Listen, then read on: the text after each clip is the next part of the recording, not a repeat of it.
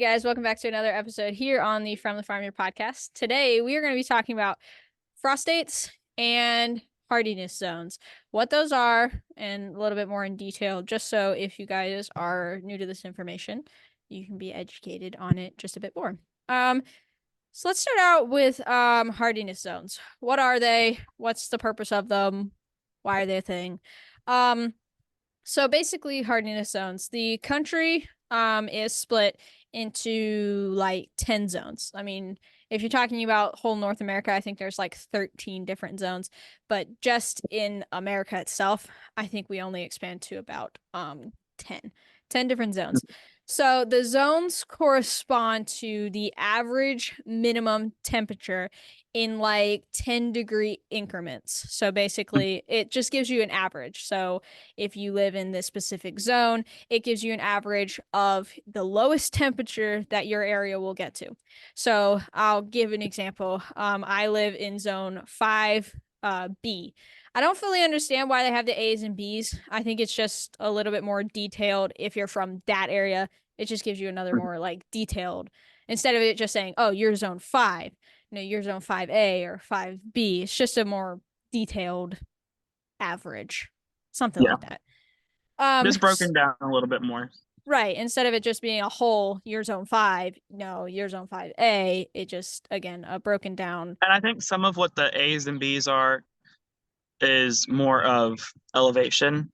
Also, because you live on the top of a mountain, you're going to be getting a lot of wind. Right. You live in the valley, it's going to be colder, a little bit Right. cooler too. So, Right. So I am from zone 5B. That's the minimum.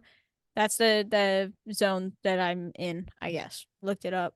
That's what it is. So the lowest temperature average that we will get to is like -15, -10 to 15, something like that. That was the one that I looked up, which is accurate. That's about we can get that low. That's not like a normal for us, but that's like what it can get to. yeah, Like for us, I mean, where I live specifically, I get to like single digits, but we're not in negatives that often, but it can get to that point. So on average, I guess that's not totally wrong, but I mean, I guess it could be a yeah. little bit more detailed, but for where I live, that's just what it says about mine. And it's not going into wind factor either. The wind plays a big Right. part in the Well, there's a lot of conditions. things, and I want to talk about that. There's a lot of things that these hardiness zones don't cover. So if you're planting specifically off of hardiness zones, understand that they're just mainly talking about the low temperature. They're not taking into consideration the how much rain you're going to get in a season, how hot it's going to get in the summer. They're not talking about humidity. All those things, obviously they add to your growing process. They take Yeah, away from your growing process. You have to take all those things into consideration. So hardiness zones are here to help you in a sense. But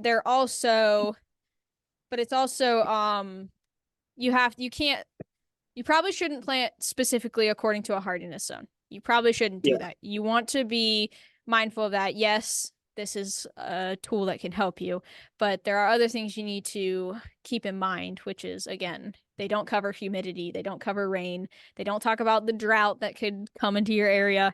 All those things, keep in mind. yeah. And I don't know if this is 100% accurate, but I'm looking at the back of my seed packet.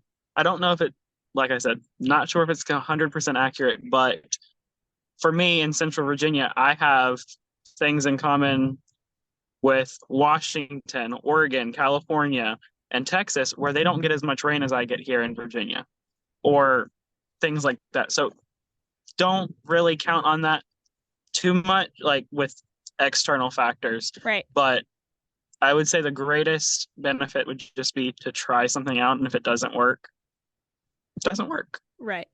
So the main reason that hardiness zones are a thing is it plays a fundamental role in perennials. So let's just say you're planting perennial shrubs, trees, things like that, things that are going to be planted and come back year after year after year. Okay. So keeping that in mind, we want to know what the low is going to be because this is going to reoccur over and over and over again.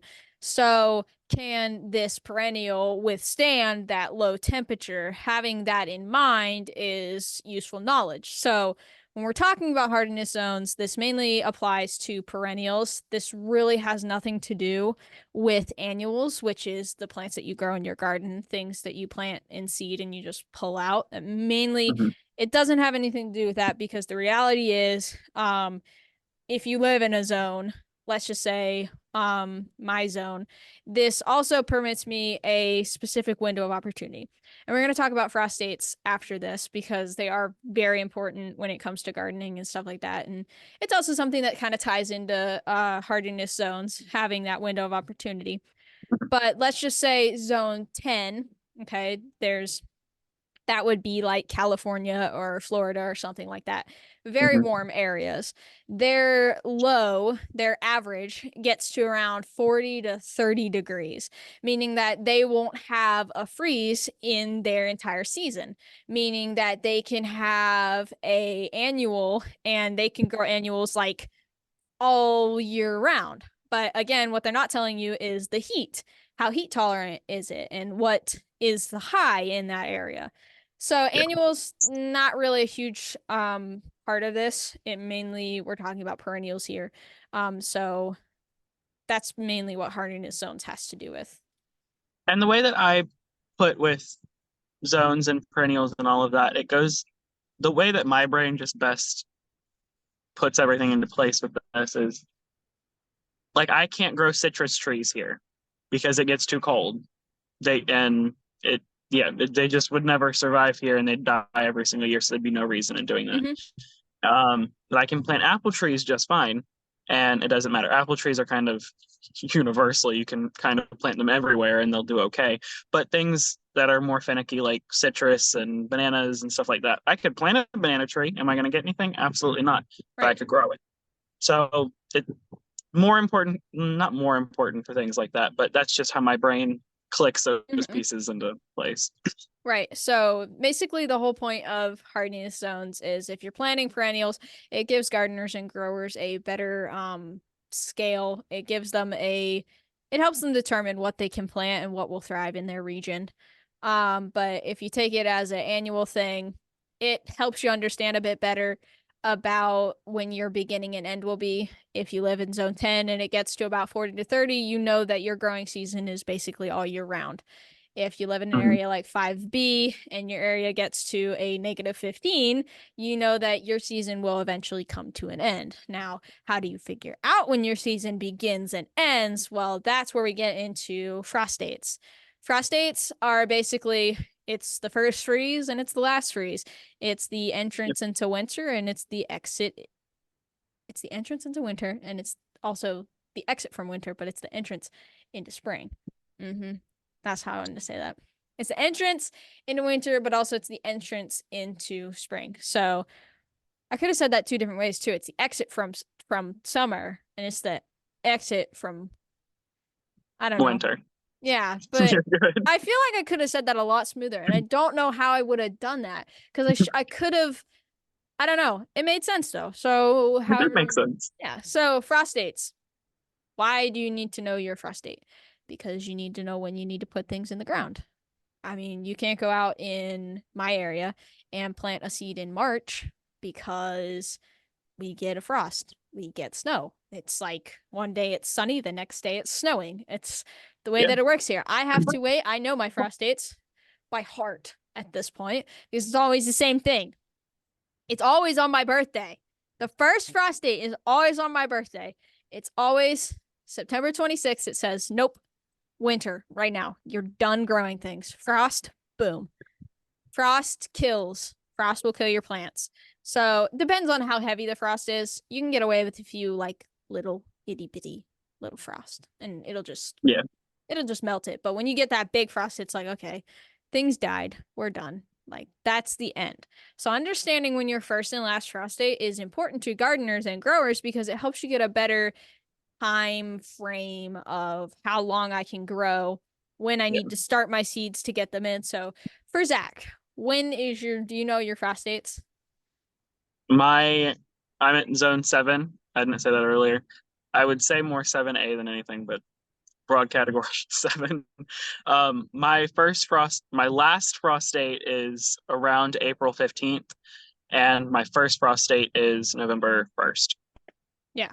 So Zach has a window of opportunity. Zach can take, okay, so for me, okay, Zach could direct sow in April, May. Let's just say April, May. You can direct sow.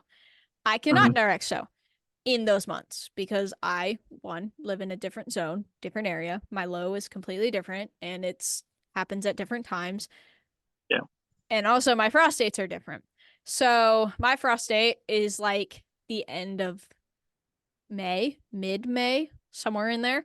So for me, that means if I want to get a head start on growing, I can't direct sow anything, basically. If you're from zone 10, you can direct sow pretty much all your stuff. You don't have to start indoors. You don't have to grow indoors. For me, I have to start indoors because I want to get a head start on the growing process. If I were to direct sow all my plants in May, that would leave me till September. I'm probably not going to get fruit off of my plants.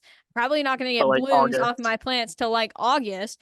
And that gives me like 1 month to produce to have a harvest. So when you have a zone, when you have not a zone, when you have a frost date, I guess you could say zone 2. Figuring out your zones and frost dates are kind of important with that because it helps you know, okay, for zones, I have a low of like -15, meaning I'm going to have a decent sized winter. My winter is going to get to a low. I have a decent sized winter. Zone 10, it's like 40 something.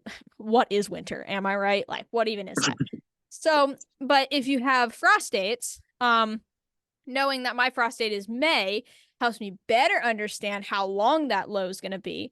And it helps me say, okay, so after this point, I can start direct sowing my plants. But to get to that point, I need to start growing indoors to get a head start so I can have a longer season, which is why like we have greenhouses and it's why we have grow lights and the heat mats and everything, because we still want to get a harvest. We still want a longer growing season. And that's like, so understanding all these things gets you a better head start on your growing season. And that way you're not like as behind. So if you're new to gardening and growing, I recommend you look up your zones and your frost dates. And we'll have information for that down below, should be. If not, if I can't get a link for it, look up on Farmer's Almanac. That's where I found mine. All you have to do is look up Farmer's Almanac, Hardiness Zones or Farmer's Almanac. Or you can just go on dates. Google and do when is my first frost date, or when is my frost dates for your zip code or whatever. That's how I do mine all the time. Right. Almost said my zip code. Let's not do that. you type in your zip code in the Farmer's Almanac. That's how I found mine. And so if I can get the links for that, I will have that down below. But if not, just look it up online. Yeah. It's pretty simple. And frost dates can help you determine a lot, like when to start sowing things indoors or outdoors or whenever, like Reagan said with outdoors. But I think I have like 260 days or somewhere around there of growing time. So I can extend that by even more by starting my tomato seeds 8 weeks before before the end of the first. I can start my tomato seed. I'm struggling. I can start my tomato seeds 8 weeks before the end of my last frost. And then I can not direct sow them out, but I can transplant them outside and they'll do just fine. But that you can get an extension on that. You can, like Reagan said, greenhouses. Some things are also more frost hardy. So we'll talk about this in another video, but starting around September, I will start planting my frost hardy things like lettuces, cabbages, things like that, because I'm not really going to get a hard frost. I'm not going to get a killing frost to those things for a while, at least until January. And then if I continue to cover those, that's just extending the harvest even more. And because those are frost hardy, because those are frost hardy plants, they thrive off of that. So there are plants that you can plant with that. Whereas like, okay, my grandfather told me one time, Brussels sprouts. He lets his Brussels sprouts go a little bit over with a little bit of frost. He said it makes them taste better. That's what he told me, at least. So like stuff like that, those plants do good with just a bit of frost. So like you Yeah. can find plants with that as well. I learned about And a lot of hardy annuals this past couple weeks, and I'm trying to do more research on that. I'm not gonna give like I can't really explain it to you guys right now because I'm still not fully sure of it yet. But there's a lot of plants that you can plant that thrive off of that frost. frost that you could plant and just get a longer season, however that looks for you. Yeah, and that's really important when doing things. Um, it's just knowing your zone, your frost state, all of those things. They're really just good in determining things. And if you're wondering how to figure out how many days you have, like I went on Google and went how many days from April 15th to November 1st, told me how many days I had. And it's as easy as that. Just Exactly. trying to figure out timing and everything. And if you want to know how many days you have, and I would say that that comes more into play. Like Reagan has to start her stuff indoors, like she said earlier, or she's jeopardizing an earlier frost or an earlier harvest, or really getting a harvest at all. And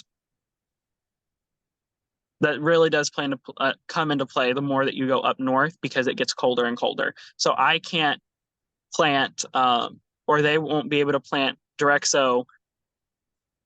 Whoa. Reagan cannot direct sow a. She could. She wouldn't get much of a harvest, but she can't really plant direct sow a big slice of variety of tomato without. I mean, she wouldn't get a harvest off those because most of those take 120 days. To where she has the time to do it, but you at the end of it, would it really be worth it to do that? Yeah, Where instead and of starting indoors, you can maximize everything. that's also very valuable information. Watch what plants you're buying and what seeds you're growing because some plants could take longer to produce, and if you're growing in an area with a limited frost zone, a limited growing zone, and your season is just shorter, you have to watch with what plants you grow. So understanding your frost dates and knowing when the beginning and the cutoff is very useful information because it allows you to understand, okay, how long is my season? Then from there you look up how many days is in my season. Okay, so Yeah. example. I want to say mid summer, maybe August or something. We had a really, it might have been August or July or something. I don't fully remember. We had a really bad hailstorm and it killed my whole I think it garden. was August or September because you told me and you were like, I just don't have enough time to. Yeah. So this is an example for you guys. So August, I have a feeling it was August because I wouldn't have tried to plant anything in September because I would have known that I would have had like I'm like really on the brink of the frost. So, August, let's just say August, we had a really bad hailstorm and it killed my entire garden. We had not gotten because August is like prime harvest time. You're like getting Mhm. a lot of food at that point. But because we had that big hailstorm, it killed majority of my plants. We got what we could, but it just wasn't enough. So I was in a predicament. I was like, okay, what can I still grow now with this amount of time? And like there was nothing because I had only a month left of like growing time. So, and nothing was able to be done about that. So it was a loss, definitely. But like having plants on hand, the only plants I could have grown were like maybe a cucumber. And even then, I don't think I would have gotten much out of it. So it's like stuff like that, like lettuce. Yeah, that's a quick lettuce you can rotate and it's a quick, but Yeah. understanding your grow zones, not your grow zones. Oh my gosh. Your hardiness zones, understanding your frost dates, understanding your growing season. It's all valuable information that I think we as gardeners and growers need to have just because it's just a little, I don't know, just a little extra that you can put into your garden work and you can be like, okay, I can grow these plants in this amount of time. And I know when the frost date is, so I know when to start and I'll know when to be prepared and I know when it'll end and I'll have produce before then. Just another little Yeah. thing to get you guys prepared. And if you're new to gardening, this is information that you wanna figure this stuff Yeah. out because once you know it, you're really not gonna like forget about it. Once you start like It's if like you're second nature at that point. exactly, you know that your frost date's in in May and you know that your frost date's in September, you figure out that your zone is 5B, you figure out your grow zone, what you can plant. When you figure out those starter things, it gets you into a routine, and then that routine allows you to grow the same things over and over and over again, but it also helps you to cultivate your knowledge on gardening and growing, because you're able to understand, okay, I'm able to do this in this amount of time and all that stuff. All that stuff. And if you're looking at succession planting or anything like that, or figuring out when you can last plant, or figuring out your garden in general, I like to start from my first frost date. And I like to backtrack. Like if beans take 65 days, I will then backtrack 65 to 70 days. I will go back 85 days about that. Like to do 10 days to 2 weeks for harvest time. But then because the days are shorter during that time, I will add on another 10 days because it's not a lot of, they're getting less sun. So doing things like that, you can really track when, and like Reagan said, you can have things that happen, a hailstorm, hurricane, whatever. Things are going to happen. That's okay. And if you can't do anything, take that as a learning area and see, and you might surprise yourself and find something in the garden. The garden is very resilient, and yeah. So, guys, hope this video taught you something, this episode. If you're new here and you're new to gardening, this information, like I said, it's useful, it's valuable. You want to have this under your belt because once you have it, the likelihood of you forgetting it is slim because it's just a reoccurring thing. It's constantly going to be in your world because it's just a part of growing, having it's like this walking knowledge or breathing. Yeah. I mean, maybe. Guys, thank you for watching or for listening. If you're listening, thank you for listening. We appreciate you too. I know I say watching and video all the time, but all you guys who are out there listening, we love you. The few of you Whoever who you are are. watching on, what was it, Spotify, like the 2 or 3 of you, we see you. Yes. Listening on Spotify. Listening. Yeah, see. Yeah. We don't forget about you guys, but we do a lot on YouTube, so sorry. We do a lot on YouTube. Now we're calling you out specifically. Yes. Anyway, thank you guys for joining us here on this episode of the podcast. We hope to see you guys in the next one. Bye, guys. Bye, y'all.